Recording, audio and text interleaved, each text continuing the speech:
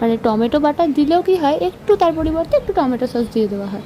দিয়ে তারপর তার মধ্যে দিয়ে দেওয়া হলো জল, দিয়ে তারপর দিয়ে দিতে হবে সমস্ত আদা বাটা রসুন বাটা দিয়ে, তারপর দিয়ে দিতে হবে হচ্ছে একদম ভাপানো যে নুন হলুদ দিয়ে চিকেনটা দিয়ে এবার ভালো মতো মশলাটা একদম হাত নাড়িয়ে নাও খুন্তি দিয়ে, তারপর ঢাকা দিয়ে দাও।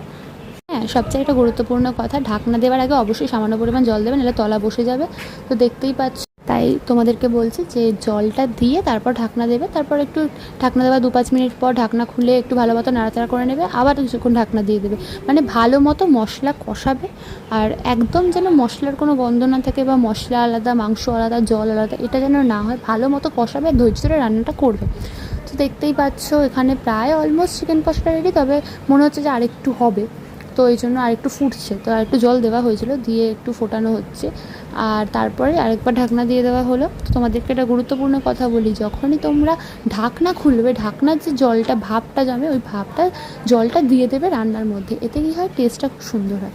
আর তারপর তার মধ্যে দিয়ে দেবে হচ্ছে গরম মশলা, ওটা মানে ম্যান্ডেটরি নয়, তোমরা যারা দিতে ইচ্ছুক তারা দেবে, যারা দিতে চাও না তাতে কোনো সমস্যা নেই, যদি বাড়িতে না থাকে তাহলেও ভালোই হবে রান্নাটা। আর হ্যাঁ, আমরা যেটা বলেছি দেখেছো, দেখতেই পেলে তোমরা, আমরা কোনো মিট মশলা ইউজ করিনি, আমরা একদম একদম নর্মাল রান্না করেছি। তো আজকের মতো সবাইকে রাধে রাধে বন্ধুরা, তো তাদের জন্য নতুন ভিডিও আসতে চলেছে।